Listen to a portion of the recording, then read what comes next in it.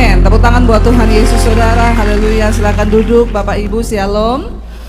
Iya, puji Tuhan ya. Ini jemaat-jemaat yang rindu untuk beribadah. Amin. Semua manusia itu pasti mau yang namanya mengalami keberuntungan. Amin. Tiap kali kita masuki tahun baru, doa kita supaya kita lebih beruntung lagi, lebih berhasil lagi di dalam tahun-tahun yang ke depan. Tetapi kita percaya bahwa untuk mengalami keberuntungan di dalam hidup ini, maka ada standar atau ada kiat dari Alkitab. Kita harus menjadikan firman Tuhan sebagai tolak ukur untuk mengalami keberuntungan.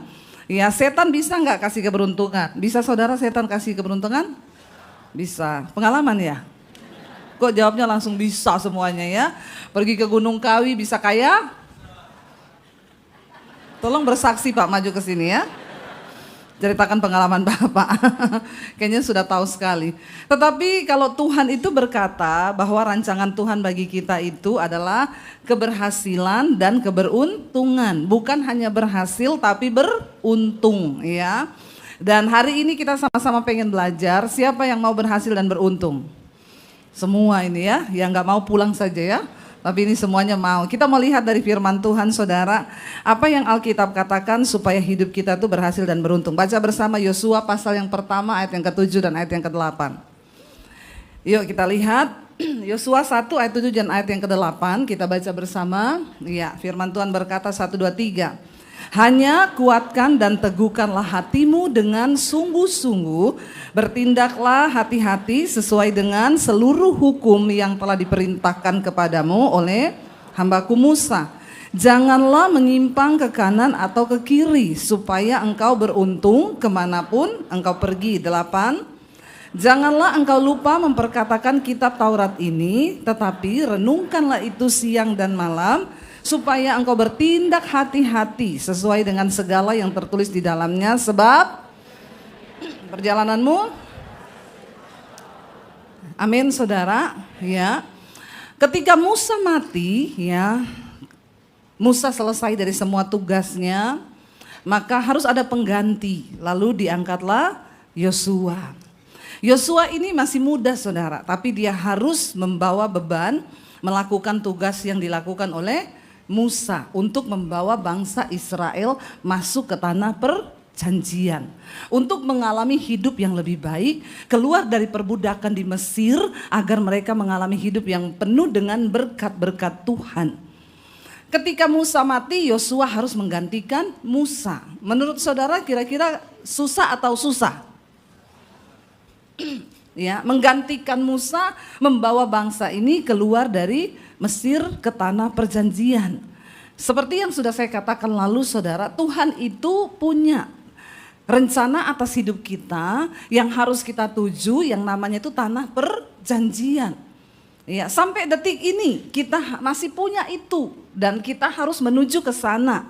Sampai kita mencapai tanah perjanjian yang Tuhan beri buat kita, yaitu apa? Kehendak Tuhan yang sempurna atas hidup kita. Itu tanah perjanjian kita. Ya. Nah, untuk menuju ke sana itu memang tidak mudah. Bahkan banyak orang tidak bisa mencapai itu, saudara. Nah, kita semua harus mencapai itu. Ketika Yosua akan menggantikan Musa saat Musa mati, tidak gampang. Tapi kita percaya waktu Tuhan panggil kita, maka Tuhan juga kasih petunjuk agar kita sampai kepada rencana Tuhan. Ya, dan memang tidak gampang. Dibutuhkan juga waktu yang tergantung dari ketaatan kita. Cepat atau lambat proses dalam hidup kita ini tergantung dari ketaatan kita. Makanya jangan suka muter-muter terus di padang gurun. Ya, capek saudara.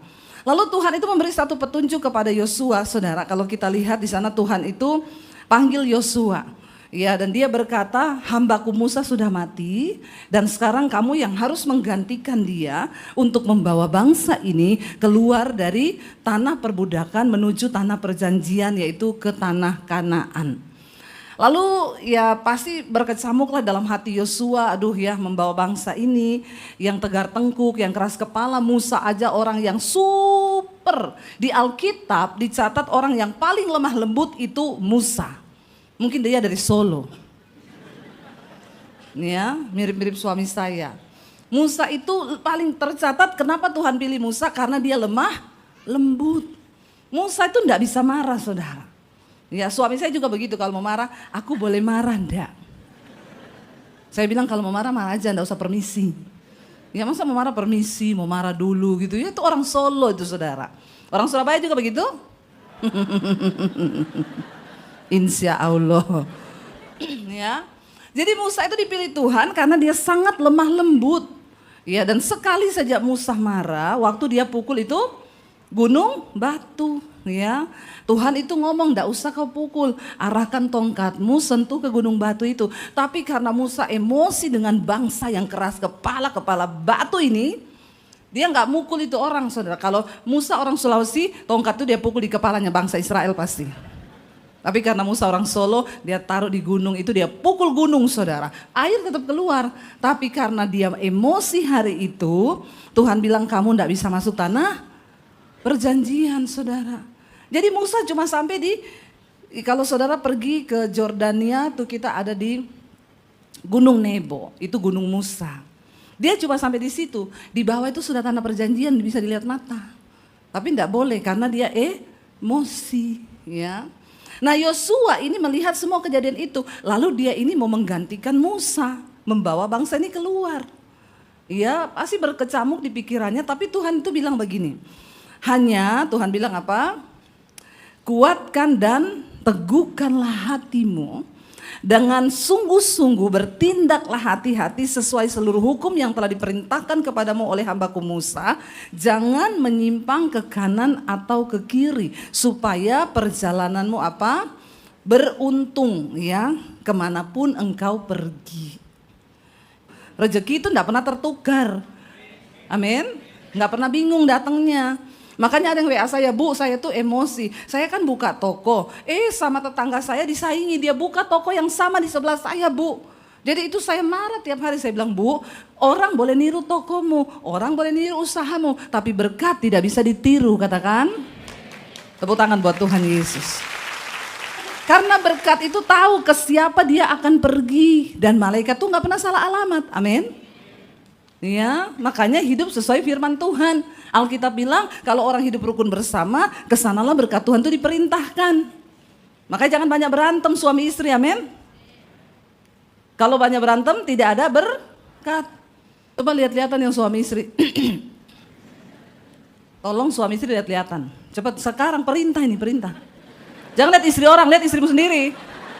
Ya, coba lihat-lihatan bilang, "Sayang, kita berantem 5 menit cukup ya supaya hidup kita beruntung." Amin. Nah, kau ribut terus dalam rumah tanggamu, bagaimana kau beruntung? Ya enggak mungkin, saudara. Itu energi negatif yang ditarik saat kita ini berantem. Dosa itu membawa hidup kita ini terkutuk.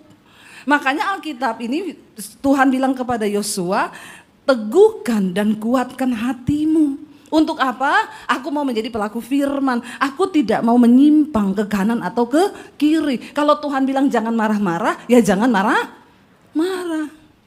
Tapi kau bilang, "Tapi saya suka emosi." Itu urusanmu, taklukkan dagingmu. Makanya Rasul Paulus bilang, "Aku melatih tubuhku dan menguasainya seluruhnya, supaya jangan sampai aku sudah memberitakan Injil, tapi aku ini ditolak." Ya, jangan ada alasan. Ya, untuk melakukan firman itu jangan ada alasan. Harus kuatkan dan teguhkan hati. Apapun yang terjadi, aku mau bertindak, berjalan sesuai dengan firman Tuhan. Ya, supaya hidupmu tuh berhasil dan beruntung. Tuhan bilang, "Kemanapun engkau pergi." Jadi bagi orang yang percaya dan hidup dalam ketaatan, tidak ada tempat sial. Amin. Kemanapun engkau pergi, berkat Tuhan akan mengikuti. Walaupun rumahmu tusuk. Ya, ada loh saudara, saya itu dulu mau beli rumah tusuk sate. Saya tanya sama orang, "Bang, ini saya bisa KPR nggak?" "Oh enggak, Bu, kenapa?" "Soalnya tusuk sate." Bang juga percaya nih tusuk-tusuk sate ini? Bukan soal bang percaya, Bu, karena rumah begitu susah dijual. Kalau orang yang nggak bisa bayar, kita mau jual susah karena itu tusuk sate. Kalau saya nggak apa-apa tusuk sate, ya saya tanya dulu satenya apa dulu nih. Kalau sate babi enak toh. Ya, saya beli rumah tusuk sate, saudara. Akhirnya saya beli, kenapa? Harganya Murah, apalagi kalau ada setannya, itu paling bagus saudara ya. Udah tusuk sate, murah ada setan lagi. Ya, makanya nggak laku-laku, ya itu yang saya beli. Saya mau tanya, apakah ketika saya tinggal di rumah itu berkat saya berkurang? No, semakin diberkati. Ya, apakah terus sial datang dalam hidup kita? Enggak. Karena berkat itu ngikuti orang, bukan ngikuti rumah, katakan. Jangan salah memikirkan ya, jangan salah memandang supaya kita jangan jatuh ke dalam berhala yang akhirnya kita jadi berdosa sama Tuhan. Bukan soal tusuk satenya. Apakah hidupmu berkenan pada Tuhan? Apakah engkau bertindak sesuai dengan firman Tuhan? Itu yang menentukan hidupmu diberkati atau tidak. Ya, saya beli rumah tusuk sate, saya beli rumah ada setannya. Kata satpamnya, itu ada setannya loh Bu rumahnya. Siapa yang bilang? Kan saya satpam di sini. Saya kalau lewat tuh sering ada penampakan. Oh enggak apa-apa Pak, saya beli nanti saya usir. Setannya pindah ke posmu. Satpamnya bilang, astagfirullah Ibu. Ya, enggak ada Pak, setan mau tinggal rame-rame dengan orang yang beriman. Kalau kita beriman, setan tuh enggak betah kecuali kau temannya. Nah itu. Ya, kalau temannya dia senang tinggal, teman akrab lagi ya. Akrab sekali kita sama-sama berdosa. Kan setan tuh suka yang banyak dosanya tuh setan suka. Makanya saya suka bingung juga kalau ada orang Kristen bisa lihat-lihat. Bisa dengar suaranya setan, bisa lihat setan. Sementara suara Tuhan dia tidak pernah dengar. Nah, jadi kalau ini hamba Tuhan atau hamba setan? Ya, jadi yang pertama Bapak Ibu, teguhkan hatimu supaya sikapmu, tindakanmu seturut dengan firman Tuhan. Jangan melenceng ke kanan atau ke kiri. Memang untuk melenceng itu sangat tergoda kita ini. Ya, disuruh keluar dari firman itu tuh sangat tergoda. Tapi tetapkan hati. Misalnya nih, kau lagi butuh duit. Kalau firman Tuhan ajarkan apa? Jangan mengandalkan manusia, tapi berdoa datang kepada Tuhan. Tapi kan godaannya setan tuh gini, enggak usah lah, Tuhan kan enggak kelihatan. Mending kau pinjam sama mertuamu. Waktu kau pinjam sama mertuamu, kau sudah terkutuk. Karena Alkitab bilang, terkutuklah orang yang mengandalkan Ini loh, kadang-kadang kita tidak mengerti yang begini-begini nih. Karena kita mencoba dengan kekuatan kita, mencari keberuntungan dengan cara kita. Makanya hidup kita tuh muter-muter terus di padang gurun, tidak pernah mengalami terobosan bisa masuk ke tanah perjanjian. Saya ini ngomong sama saudara ini bukan karena saya cuma berteori, saya mengalami. Makanya saya bisa cerita, diberkatilah orang yang mengandalkan Tuhan. Waktu butuh duit jangan buru-buru cari manusia, tapi duduk di kaki Tuhan, berdoa. Kemarin ada satu kesaksian yang luar biasa masuk di mesbah doa. Shalom Bu Debbie, saya mau bersaksi bagaimana pekerjaan Tuhan tuh ajaib katanya. Ya, jadi dia cerita suami saya tuh tiba-tiba meninggal Bu. Jadi meninggalnya itu dia habis sarapan bareng di rumah lalu pergi ke kantor. Istrinya masih dada-dada, suaminya pergi. Tiba-tiba siang jam 12 dapat kabar suaminya meninggal di tempat kerja. Istrinya bilang itu saya syok, saya kaget, saya tidak bisa berkata-kata karena Bu, saya nggak tahu mau ngapain, saya ini nggak ada pekerjaan, cuma suami yang kerja dan saya juga tidak bisa menggantikan pekerjaan suami saya yang harus keliling menjadi distributor dan lain sebagainya. Akhirnya ketika suami saya meninggal, banyak pertanyaan di hati, kenapa Tuhan, saya belum siap, kenapa. Lalu dia bilang, saya salahin Tuhan, kenapa, tapi waktu saya dengar mesbah doa, saya jadi sadar ibu selalu berkata, semua yang terjadi di hidup kita ini seizin Tuhan. Soal takdir loh ya, bukan soal utang pinjol. Kalau itu urusanmu bukan urusan Tuhan, karena kau mengandalkan manusia. Tapi kematian, ya sakit, apa itu banyak memang Tuhan izinkan. Apalagi kematian itu memang takdir Tuhan. Lalu dia berusaha menerima takdir itu, aku percaya bahwa ya udah semua yang terjadi itu seizin Tuhan. Akhirnya Bapak Ibu, satu hal yang dia takuti, kenapa? Ya suaminya itu meninggalkan cuma satu, hartanya mobil. Itu pun masih dalam keadaan nyicil di leasing. Lalu dia pergi ke leasing itu, dia bilang, Pak ini mobil, ya gimana ya Pak, karena suami saya meninggal, apakah ada asuransi suami saya di sini? Oh maaf Bu, kalau meninggalnya karena kecelakaan, maka Bapak bebas dari tanggungan. Atau hilang kecurian, itu yang ada di perjanjian leasing. Tapi kalau meninggalnya ya karena begini, enggak ada Bu. Jadi keputusannya ibu harus tetap bayar cicilan suami. Dia pulang dengan hati yang lemes, dia berdoa. Dia tadinya berpikir mau minta tolong sama siapa karena ini sudah jatuh tempo 1 bulan. Dia cuma menangis sama Tuhan karena dia bilang memang saya nggak ada pekerjaan Bu, ya saya untung anak cuma 1 dan saya hidup dari tabungan saya seadanya. Lalu berjalannya waktu dia cuma bisa menangis, angsuran jatuh tempo 2 bulan. Tapi satu kali dia bilang ketika saya dengar khotbah ibu, saya nangis di kaki Tuhan Bu. Saya minta ampun sama Tuhan kalau saya sudah menyalahkan Tuhan, bahkan saya mencoba mengandalkan manusia. Dia bilang, Tuhan, aku cuma serahkan masalah mobil ini, kalau Tuhan kasih jalan keluar, yang seperti apapun aku gak bisa bayangkan, karena di depanku gak ada jalan keluar. Itu namanya jalan buntu. Tapi Kak, aku berjanji kalau Tuhan tolong aku mau bersaksi. Itu janjinya. Tiba-tiba saudara abis dia berdoa malam itu dia dijamah Tuhan, dia nangis sama Tuhan, besoknya dia tergerak untuk kembali ke leasing, mempertanyakan karena sudah 2 bulan belum bayar. Dia datang ke leasing, ketemu dengan orang, dan orang yang berbeda saudara, ketemu sama dia dan oh iya Bu sebentar ya Bu. Dia bilang ini kayaknya ibu sudah datang dulu ya, sudah, dan keputusannya begini, sebentar ya Bu.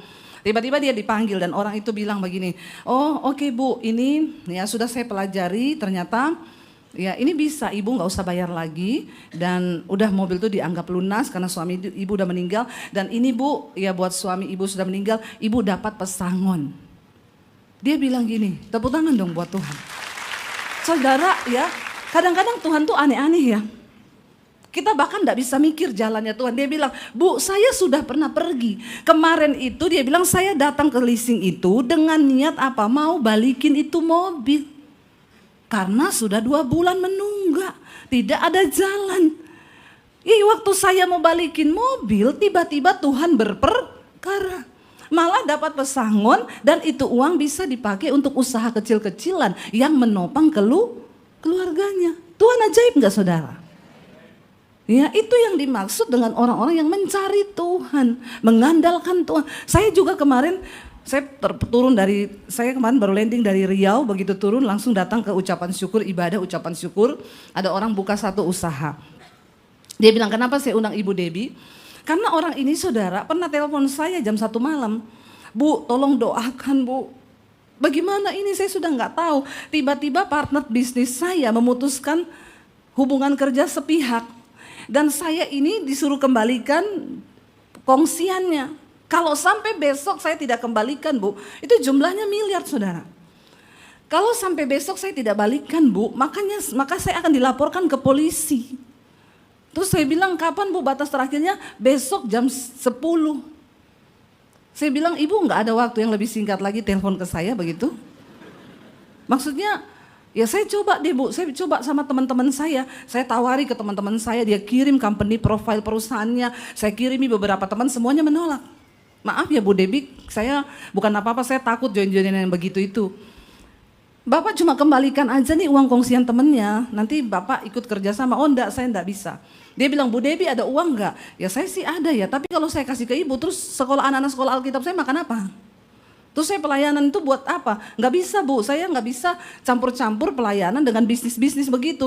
Jadi Bu, malam ini saya cuma bisa berdoa, harapkan Tuhan karena dalam seperberapa detik Tuhan sanggup melakukan mujizat. Saudara tahu malam itu saya juga nggak bisa tidur. Saya bilang sama suami, kasihan banget dia ya, karena saya juga kenal ibu ini. Lalu ya udah kami berdoa, dia nangis malam itu, saya berdoa lewat telepon saudara. Besoknya jam 12 siang dia WA saya, Bu Debbie puji Tuhan. Ini tadi malam nih baru nangis-nangis, cari uang miliaran. Tiba-tiba jam 12, puji Tuhan. Bu gimana ceritanya? Saya telepon, sudah ada Bu uangnya. Tadi jam 11 sudah ditransfer semua ke orangnya. Ibu gimana? Jadi Bu tadi pagi itu saya bangun abis kita berdoa tadi malam jam 2 kayaknya jam 2 pagi. Ya pagi-pagi saya bangun, saya langsung mandi. Tiba-tiba Tuhan taruh di benak saya ada satu orang yang sebelumnya saya tidak terlalu kenal dekat, tapi Tuhan taruh dia di hati saya. Saya pergi gitu ketemu dia dan istrinya, saya curahkan semua isi hati saya kasih lihat company profile perusahaan saya. Mereka berdua itu percaya dan bapak itu ngomong, saya tadinya nggak mau percaya karena saya sudah banyak kali ditipu orang ngajak-ngajak kongsian, tapi nggak tahu ya sama ibu itu saya nggak bisa menolak, katanya kayak hatinya itu ada yang ngomong transfer sekarang. Dan kemarin saudara, Saya sudah pergi doa ucapan syukur kantornya gitu langsung 4 ruko ya besar sekali dan puji Tuhan dia bilang puji Tuhan Bu sekarang sudah orderan masuk semua dan orangnya itu juga bukan orang Kristen yang tolong dia. Kemarin ikut ibadah bersama dia bilang saya senang banget ketemu ibu karena saya juga sering nonton khotbahnya ibu padahal bukan Kristen saudara. Tapi saya bilang di situ saudara ya kalau kita mau berjalan sesuai dengan firman Tuhan cuma berapa detik loh itu dari malam jam 2 dan besok pagi udah menjatuh tempo. Waktu Tuhan turut bekerja, engkau akan melihat Tuhan bikin usahamu berhasil dan beruntung. Ini kisah-kisah nyata yang saya saksikan dan puji Tuhan, Tuhan izinkan saya bisa ketemu orang-orang ini dan melihat. Lalu di sana dikatakan saudara yang kedua, Tuhan bilang begini sama Yosua, jangan engkau lupa apa?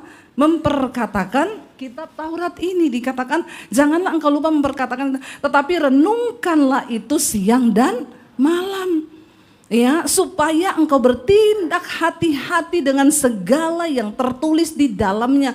Sekali lagi kita diingatkan Tuhan untuk ayo kalau perlu engkau catat firman itu di hatimu, perkatakan siang dan malam. Supaya apa? Supaya kalau kita renungkan, kita perkatakan, kita ini bertindak benar-benar hati-hati. Jangan gegabah, jangan ceroboh. Karena saya percaya berkat, kesuksesan, keberuntungan, keberhasilan itu buah dari taburan perkataan kita dan perbuatan kita saudara. Kalau engkau memperkatakan firman, maka firman itu akan bekerja di dalam hidupmu. Karena Alkitab berkata firman Tuhan itu seperti emas yang dimurnikan dalam peleburan dapur api. Dan Tuhan berkata tidak ada satupun dari firman Tuhan itu yang gagal. Dan dia akan melaksanakan apa yang disuruhkan Tuhan kepada firman itu. Hanya kita ini gak layak atau tidak untuk menerima semua janji Tuhan itu. Makanya hari ini ayo rajin-rajin memperkatakan firman Tuhan. Ya kalau takut berkatakan dalam nama Yesus, roh yang ada padaku lebih besar dari segala roh yang ada dalam dunia ini, amin. Waktu saudara mau marah, perkatakan jangan marah. Karena firman Tuhan berkata amarah itu mengerjakan sesuatu yang tidak berkenan kepada Tuhan, amin. Jadi kita gak jadi orang yang meledak-ledak, kepahitan, emosi, akhirnya berantem sama keluarga, ndak omongan. Karena kita dikuasai oleh marah. Supaya kita bertindak hati-hati. Coba saudara hafalin 1 ayat setiap hari. Saya yakin hidupmu pasti berubah. Amin. Hafalkan firman Tuhan itu. Lalu kita melihat di sini. Sebenarnya yang seperti apa yang disampaikan perintah itu kepada kita. Buka Ulangan 30 ayat yang ke-11 ya. Sampai 16. Ulangan 30 ayat 11 sampai ayat 16 kita baca. Ya, jangan bilang susah ya, melakukan perintah itu susah, melakukan firman itu susah ya, kita baca. 1, 2, 3. Sebab perintah yang kusampaikan kepadamu pada hari ini tidaklah terlalu sukar bagimu dan tidak pula terlalu jauh. Melakukan firman itu tidak sukar asal kita mau. Tapi banyak orang Kristen tidak mau jadi pelaku firman, cuma mau jadi pendengar aja. Dibilang jangan berzina. Ya, dibilang jangan merokok, dibilang jangan kepahitan. Terus ngapain engkau berkata kau Kristen kalau kau tidak dengar-dengaran dengan firman Tuhan? Sebab dikatakan perintah itu yang kusampaikan kepadamu pada hari ini tidak terlalu sukar. Dan apa di sana dikatakan? Juga tidak pula terlalu jauh. Tidak di langit tempatnya, baca bersama.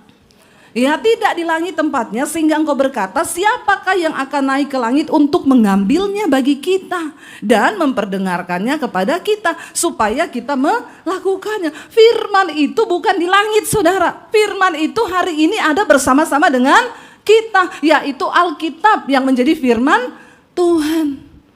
Tuhan gak suruh sesuatu yang gak ada. Ada dikatakan firman itu ada. Dia bukan di langit sehingga engkau berkata siapa yang bisa ambilkan kita itu dari langit. Lalu dikatakan juga di sana apa? Juga tidak di seberang laut tempatnya sehingga engkau berkata siapa yang akan menyeberang ke seberang laut untuk mengambilnya bagi kita dan memperdengarkannya kepada kita supaya kita melakukannya. Baca bersama 1, 2, 3. Tetapi firman ini apa? Yaitu di dalam dan di dalam untuk di amin saudara. Firman itu dekat, yaitu dalam hati dan mulut kita. Sekarang tinggal pilihanmu, mau nggak simpan Alkitab, simpan firman dalam hati dan mengucapkan lewat mulut. Supaya kita hidup bertindak sesuai dengan firman Tuhan. Pilihannya ada di tangan kita kok saudara. Makanya saya selalu bilang, itu loh orang mau konseling, Bu tolong dijawab, tolong dijawab. Saya baca, Bu saya itu hidupnya begini, Bu. Ya memang sih saya ini bukan Kristen yang taat. Ya kagak usah konseling, tobat aja, amin. Heran saya, udah gitu ya tolong dong Bu dibalas, nggak perlu dibalas. Saya baca, ini sih orang-orang Kristen keras kepala batu. Dia udah tahu sebenarnya hidupnya, tapi pura-pura tidak tahu. Nggak usah konseling terus. Yang harus kau lakukan adalah bertobat. Ngapain konseling kalau nggak bertobat? Udah dibilang jangan bersinah, jangan selingkuh, tetap aja bersinah, tetap aja selingkuh. Dibilang jangan homo, jangan lesbi, tetap aja. Kemarin di Jakarta ketangkap 56 orang pesta seks, ya satu kamar. Saya nggak bisa bayangkan tuh gurita, cumi-cumi semua ada dalam situ, kepiting. Itu kan aneh ya Bapak Ibu. Kita bayangkan aja udah jijik ya begitu. Dan yang saya heran, waktu saya lihat itu fotonya, nggak ada loh yang model-model tampang bencong, tulang lunak. Semuanya kelihatan keker loh. Ada yang udah punya istri, punya anak. Rata-rata mereka menikah. Aduh mengerikan sekali zaman ini. Sampai ada anak gadis yang bilang, Bu Debbie itulah sebabnya saya tidak mau menikah Bu. Karena sekarang ini istri-istri saingannya bukan cuma sama pelakor, sama cumi dan gurita. Ih banyak boti juga ya. Ya, bertobat saudara. Bagaimana kita nggak jadi Sodom dan Gomora ini? Kita setengah mati berdoa supaya bangsa ini diluputkan dari murka Tuhan. Ada aja orang-orang yang bikin penghukuman itu turun. Kayak Sodom dan Gomora. Saya berdoa di sini nggak ada ya boti-boti. Ya Allah subhanallah. Bener loh saudara, saya bayangkan satu kamar 56 orang. Mereka pesta seks begitu yang laki-laki semua tuh coba. Ya, saya juga kalau jadi Tuhan, udah saya bikin api turun itu di situ tuh. Ya, untung bukan saya loh Tuhannya. Tuhan tuh maha sabar. Karena Alkitab bilang Tuhan itu tidak berkenan pada kematian orang fasik. Sebenarnya Tuhan tidak mau orang berdosa itu mati. Karena dia nggak berkenan. Tapi dia mau mereka itu bertobat. Tapi kalau nggak tobat-tobat juga ya bagaimana ya saudara ya? Tolonglah please, ayo kita jadi pelaku firman. Kalau dibilang jangan selingkuh ya jangan selingkuh. Amin bapak-bapak. Amin juga ibu-ibu. Ini lagi heboh-heboh viral-viral nih kasus perselingkuhan ini. Ya, nggak cuma bapak, ya bapak-bapak selingkuhnya juga sama ibu-ibu memang. Makanya nih bapak-bapak dan ibu-ibu saya harus tembak semua ini. Ya, karena kalau nggak ada ibu juga bapak juga nggak selingkuh katanya ya.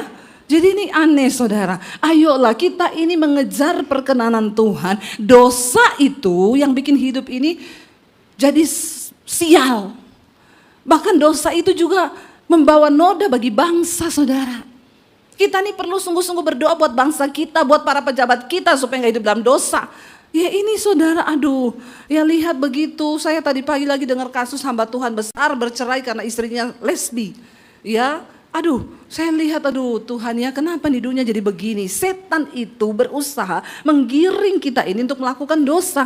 Tapi kita harus meneguhkan hati, firman itu tidak jauh, ada di mulut dan di hati.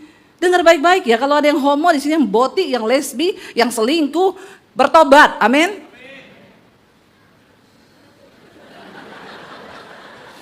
Yang amin satu tuh ini mantap ya. Ambil sepeda di bawah ya. Hadiah buat kamu. Tapi kayaknya dia belum menikah kan? Oh belum ya. Jangan-jangan pacarnya pernah diselingkuhin. Oh enggak juga. Puji Tuhan, kau cari pasti dapat yang terbaik dari Tuhan. Ya jangan bermain-main dengan dosa. Firman itu enggak jauh. Yang terakhir saudara, waktunya hampir habis nih ya. Bagaimana supaya kita baca dulu ayat yang berikutnya tadi. Ingat ya. Lanjutannya, firman ini sangat dekat kepadamu. Karena pada hari ini firman Tuhan berkata apa? Ingatlah aku apa? Memperhadapkan kepadamu pada hari ini apa? Kehidupan dan keberuntungan, kematian dan kecelakaan.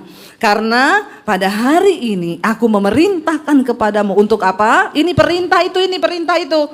Ini perintahnya, baca bersama.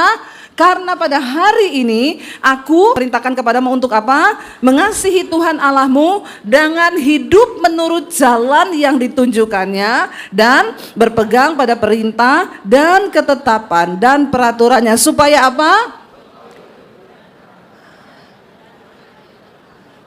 Amin saudara. Ya jelas sekali supaya engkau hidup dan bertambah banyak dan diberkati oleh Tuhan Allahmu di negeri kemana engkau masuk untuk mendudukinya. Firman Tuhan itu tidak pernah berubah. Kalau ini diucapkan buat bangsa Israel ribuan tahun yang lalu, itu pun juga berlaku buat kita hari ini, saudara. Yang terakhir, bagaimana supaya kita ini berhasil dan beruntung dalam hidup kita? Baca bersama yuk Amsal pasal 28 ayat 13 dan ayat 14. Amsal 28 ayat 13 dan ayat 14 baca bersama. Siapa menyembunyikan pelanggarannya tidak akan beruntung, tetapi siapa mengakuinya dan meninggalkannya akan disayangi. Ayat 14, berbahagialah orang yang senantiasa takut akan Tuhan, tetapi orang yang mengeraskan hatinya akan jatuh ke dalam. Ini firman yang katakan, saudara. Dikatakan bahwa orang berbahagialah orang yang apa? Yang tidak menyembunyikan pelanggarannya, mengakuinya dan meninggalkannya. Tapi orang yang menyembunyikan pelanggarannya pasti hidupnya tidak akan biar kau usaha siang malam, biar kau banting tulang siang malam. Kalau ada dosa yang kau sembunyikan dalam dirimu, maka percaya hidupmu tidak akan pernah beruntung. Karena berhasil dan beruntung itu berbeda. Banyak orang kelihatan berhasil. S1, S2, S3, S5, S12. Lulus bagus cum laude. Pekerjaannya bagus tapi hidupnya menderita banyak. Tapi kalau rencana Tuhan, engkau berhasil dan beruntung. Ada orang kelihatannya tokonya rame, tapi begitu hitung-hitungan kok enggak ada untung ya. Padahal rame loh. Ada yang begitu? Ada. Jangan sembunyikan pelanggaranmu, akui di hadapan Tuhan supaya Tuhan pulihkan keadaanmu. Saya pernah doakan, ketemu satu orang ibu, dia cerita, Bu saya sudah menikah, gak hamil-hamil, lama saya gak hamil. Terus mau didoakan gak? Udah di satu titik yang gak usah Bu Debbie, saya juga sama suami sudah menyerah karena kami sudah sama-sama berumur ya, dan sudahlah kayaknya juga udah gak bisa. Sudah minta doa semua pendeta tapi gak hamil. Ada yang ibu mau cerita sama saya mungkin berhubungan dengan masa lalu waktu menikah pernah menolak keturunan dulu nggak? Kan ada orang kita nikah dulu ya tapi nggak usah punya anak dulu. Kalau yang begini mending nggak usah nikah dulu. Karena kau sudah menolak duluan. Dia bilang oh enggak Bu, kami waktu itu tidak menolak. Cuma saya mau tanya sama Bu Debbie, gini Bu, dulu waktu saya pacaran masih muda, saya beberapa kali melakukan aborsi. Saya menggugurkan kandungan saya. Apakah itu bisa menjadi kutuk sehingga saya tidak punya anak? Saya bilang kalau ibu sudah mengakuinya di hadapan Tuhan, sudah minta ampun, ya sudah diampuni harusnya asal ibu sudah bertobat. Tapi saya sih belum pernah mengakui ini Bu di depan manusia. Saya sudah akui di depan Tuhan, tapi baru kali ini saya cerita sama Bu Debbie, boleh ibu tolong doakan saya? Oke, kita berdoa. Firman Tuhan berkata, orang yang mengakui pelanggarannya, meninggalkannya, dia akan beruntung. Kita berdoa, kita putuskan kutuk itu. Saya berdoa buat dia, Tuhan, dia mengakui dengan mulutnya pada zaman dulu dia pacaran beberapa kali aborsi. Ampuni, patahkan kutuk itu dalam nama Yesus, beri keturunan. Saya kaget saudara, berapa bulan kemudian dia WA saya, Bu, saya hamil. Kok gak ada yang wow ya? Ya, wow saudara. Cuma semudah itu, ternyata harus diakui. Ada dosa-dosa masa lalu yang itu diikat iblis saudara. Waktu kau mengakui itu, engkau melepaskan sesuatu, dia terlepas di bumi dan di sorga. Sebab apa yang kau ikat di dunia terikat di bumi dan di sorga. Apa yang kau lepaskan di bumi terikat di bumi dan di sorga. Ayo tinggalkan dosa, jangan sembunyikan pelanggaran. Ya, hari ini yang masih sembunyi-sembunyi simpan-simpan dosa nih, ya tatap mata saya. Cepat mengaku, ya mengaku sama Tuhan nomor satu. Ya yang kedua, kalau kau punya pembimbing rohani atau siapa, minta didoakan. Ya kalau ya sebenarnya sih akui sama istri ya. Tapi waduh nanti ribut ibu kami ya. Yang ada saya bukan mati karena waktu Tuhan, tapi mati karena waktu istri nih ya. Ya tapi seperti yang pernah saya saksikan saudara. Ada seorang pejabat yang divonis dokter tinggal 6 bulan hidupnya.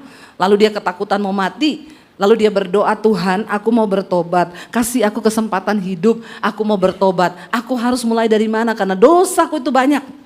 Ya dia dibilang, saya dengar Tuhan ngomong audible Bu di telinga saya. Kalau kamu mau dipulihkan, disembuhkan, dan mau ya Tuhan berkenan, cuma satu, akui dosamu kepada istrimu. Wah, di situ dia seperti disambar halilintar.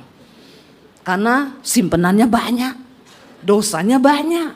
Tapi dia bilang begini, saya enggak ngaku mati, ngaku juga. Jadi sama-sama mati. Ya udahlah, sama-sama mati, ya ngaku aja. Dia panggil istri, dia kumpulin keluarga besar. Dia bilang, umur saya tinggal 6 bulan. Saya mau membereskan hidup saya. Saya tuh banyak dosa, saya punya simpenan, saya begini. Dia cerita semua. Dia ajak istrinya keliling kota. Di situ ada satu perempuan, di sini satu, di situ satu, di sini satu, di situ satu. Banyak saudara. Banyak. Dia sampai istrinya bilang, saya nggak sangka dia itu. Ya. Tapi waktu dia mengaku dosa saudara, ya memang heboh semuanya, istrinya pun heboh. Ya memang kejujuran itu menyakitkan. Tapi lebih baik daripada kau terkungkung, karena iblis itu licik. Dia ingin mencengkram engkau dalam dosa. Waktu dia mulai pengakuan, hidupnya damai, hatinya damai. Dia mulai nonton khotbah-khotbah, dengerin khotbah saya di YouTube, hatinya dipulihkan. 6 bulan lewat enggak mati. Ya, 1 tahun enggak mati, 2 tahun enggak mati, sampai sekarang enggak mati-mati. Ya, justru Tuhan sembuhkan dia. Sekarang hidupnya berdampak, dia bikin persekutuan doa, dia undang semua teman-temannya, saudara. Bahkan saya sering diundang khotbah di situ. Inilah hidup. Dan Alkitab tuh enggak pernah bohong. Siapa menyembunyikan pelanggarannya, tidak akan beruntung hidupmu. Sekalipun kau kerja siang malam banting tulang, kepala jadi kaki, kaki jadi kepala. Rempong enggak orang hidup begitu? Rempong saudara. Tapi kalau kau mau hari ini bertobat, anak-anak muda jangan simpen dosa. Saya selalu bilang, jauhi itu dunia-dunia malam, dugem-dugem itu dunia gemetar. Ya janganlah ya. Ayo kita datang pada Tuhan, berlutut kepada Tuhan, memberi hidup yang penuh ya di dalam kekudusan dan bilang, ini hidupku Tuhan, aku mau bertobat supaya aku mengalami rancangan keberhasilan dan beruntung, berhasil dan beruntung. Saya berdoa semua jemaat yang hadir hari ini mengalami rancangan keberhasilan dan keberuntungan. Tepuk tangan buat Tuhan. Saya undang para imam musik maju ke depan. Bapak Ibu, ayo, kita nggak pernah tahu hidup kita sampai kapan, kita nggak pernah tahu kita mati kapan. Tapi bagian kita hari ini kita mau bilang, Tuhan, selama kami hidup, kami mau hidup mengikuti Engkau. Kalau ku hidup bagimu Tuhan. Ya, kita bangkit berdiri bersama.